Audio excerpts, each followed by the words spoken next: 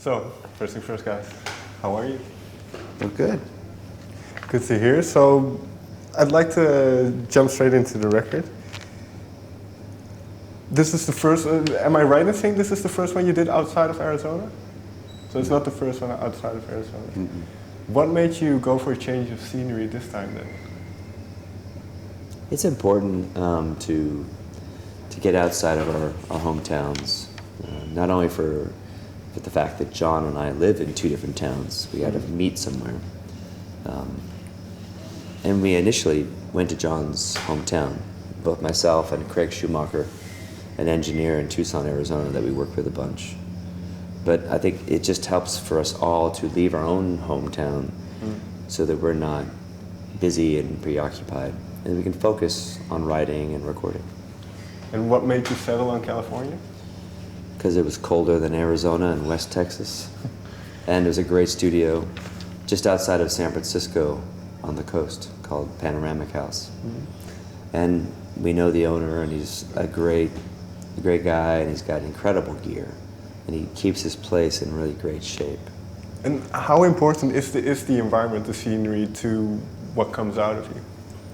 Well, it's like anything, you know. I mean, you set a nice table, and it makes the meal that much more special. It maybe elicits, those subtleties for inspiration for conversation.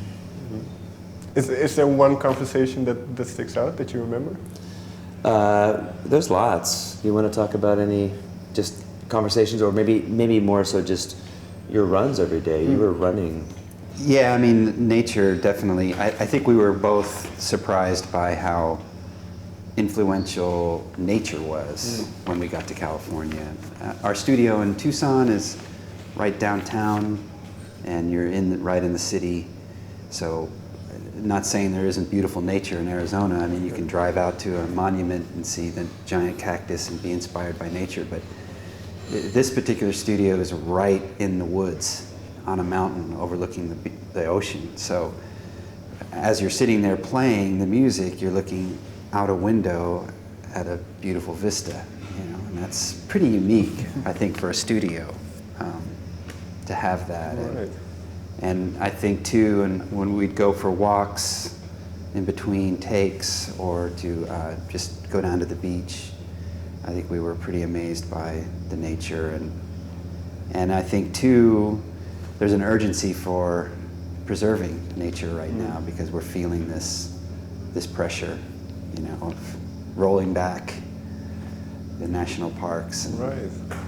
So anyway, that had something to do with it. That came unexpectedly, I think. How much of the album or the songs were kind of fleshed out at that point? Because you mentioned nature, and Girl in the Forest obviously deals with preservation. So how much of that was kind of thought of before you had it down to California? For me, I'm coming to the studio with sketches. Lyrics aren't really finished at all. Okay. But there's a sense of general direction or mood. A song like Girl in the Forest, we tried re-recording it a couple times, but we wound up keeping the demo because it just was more intimate and more raw. And, as far as those themes of nature making their way into the lyrics, I guess, yeah, in a certain degree, some of the discussions that we had, based on this administration, the Trump administration, Right. Rolling back, preserving the national parks. We were talking about that, and here we are, surrounded by incredible parks, and there's the John Muir Trail. Some of those topics and discussions and locale wind up, winding their way into some of the songs and the lyrics even. So it's part, just intuition going into the studio, and then the studio is sort of the window to really shaping the songs. So can I assume then when you went in, you didn't really have a picture or a vision of how the album would sound like, or what the album would sound like? No, that's never really been the way we operate. We tend to just kind of go by intuition and improvisation, and just what does the album, what are the recordings sound and feel like? And from there, we do a lot of recording of different material, and we pick the songs and takes that we like the most, and then kind Figure of it out later. Figure it out later, yeah. Just let the music kind of guide you first, rather than here are my songs, here are my lyrics. This is what the album is about. We kind of don't have that. We go in with our instruments. These are the instruments. Let's see what they sound like in the studio. Okay, this is interesting, Being in New Orleans is much different than, say, being in Mexico City. Sure. And being in San Francisco is different from all those as well. And so we kind of let the process guide us.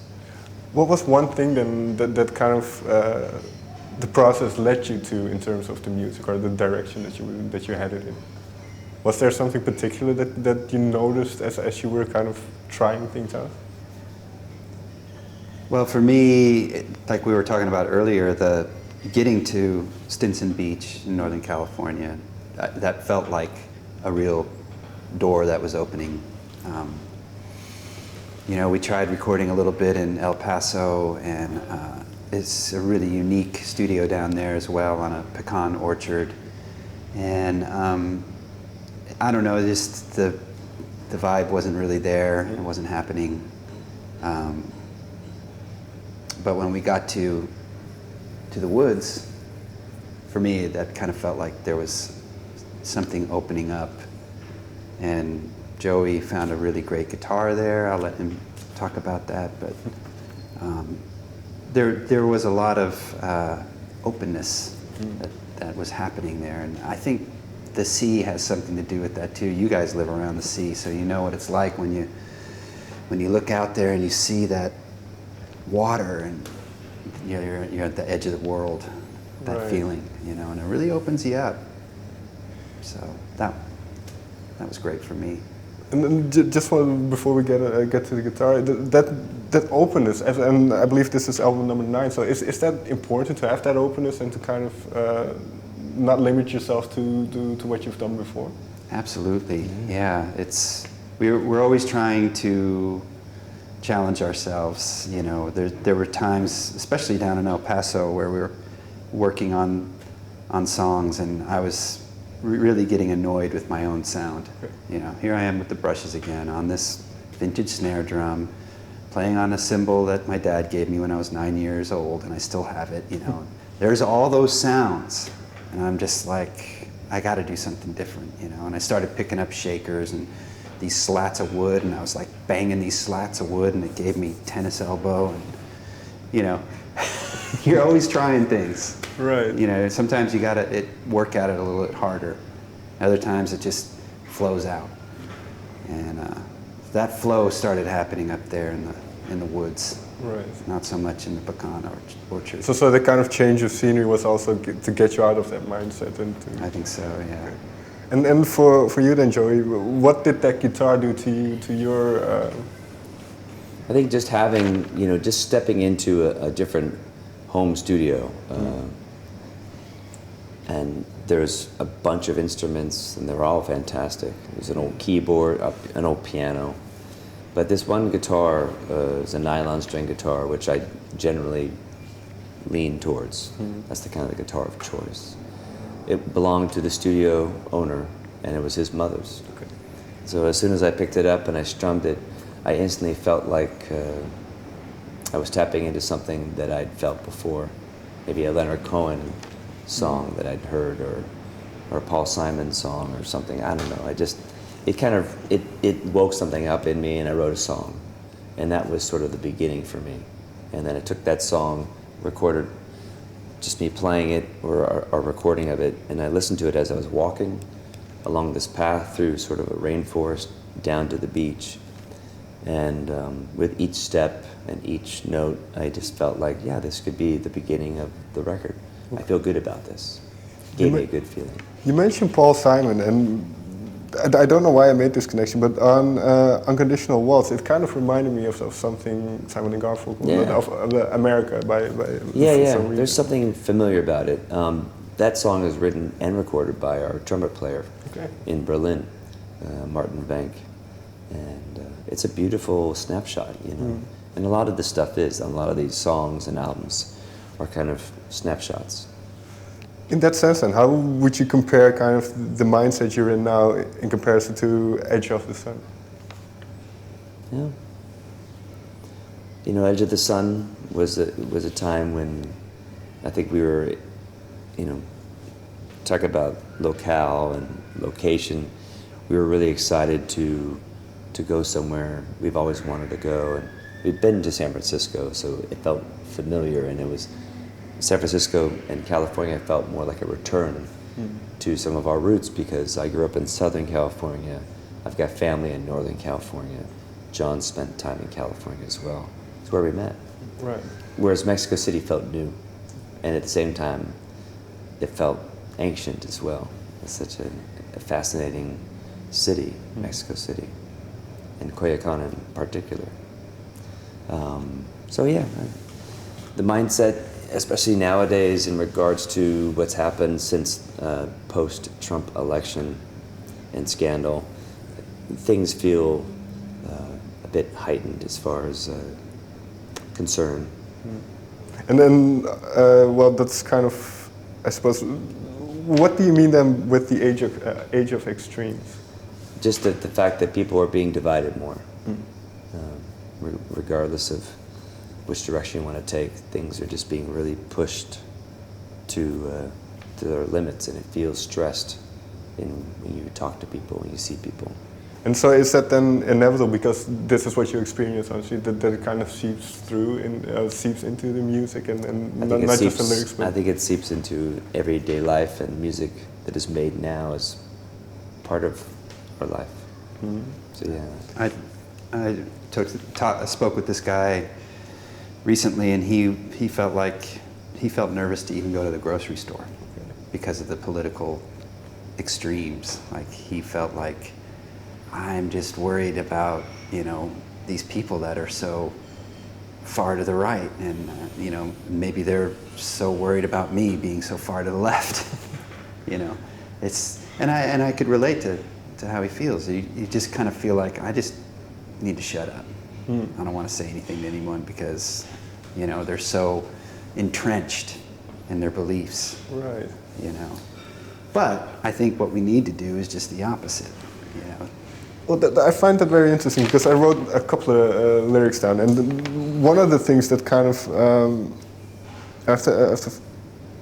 it kind of, with some of the songs, it felt like just what you mentioned, that there's a tendency at times for people just to look away, and then just not concerned, just focus on yourself, and then. Right. But in some of the songs, it shines through. Kind of, we should focus on it. We should give this our attention. And I'm just going to look up the lyric that I wanted to hear what you had to say, but there was too much talking over each other from Under the Wheels. That's one of the examples. So am I right in saying that you kind of? Yeah, it's something that I notice in my house with my kids. Something my wife is really sensitive to. I think when I come home from being on tour, being in a band with lots of crew, we are talking over each other. It's okay for the most part, but she's kind of brought it up to me personally, and then also with our kids, trying to be mindful of giving someone their time to speak. Because, well, the way I interpret that lyric is if you watch the news these days, it seems like everybody's kind of not listening to each other, but just saying what they want to say. Right. And that is the big example. Right. For sure.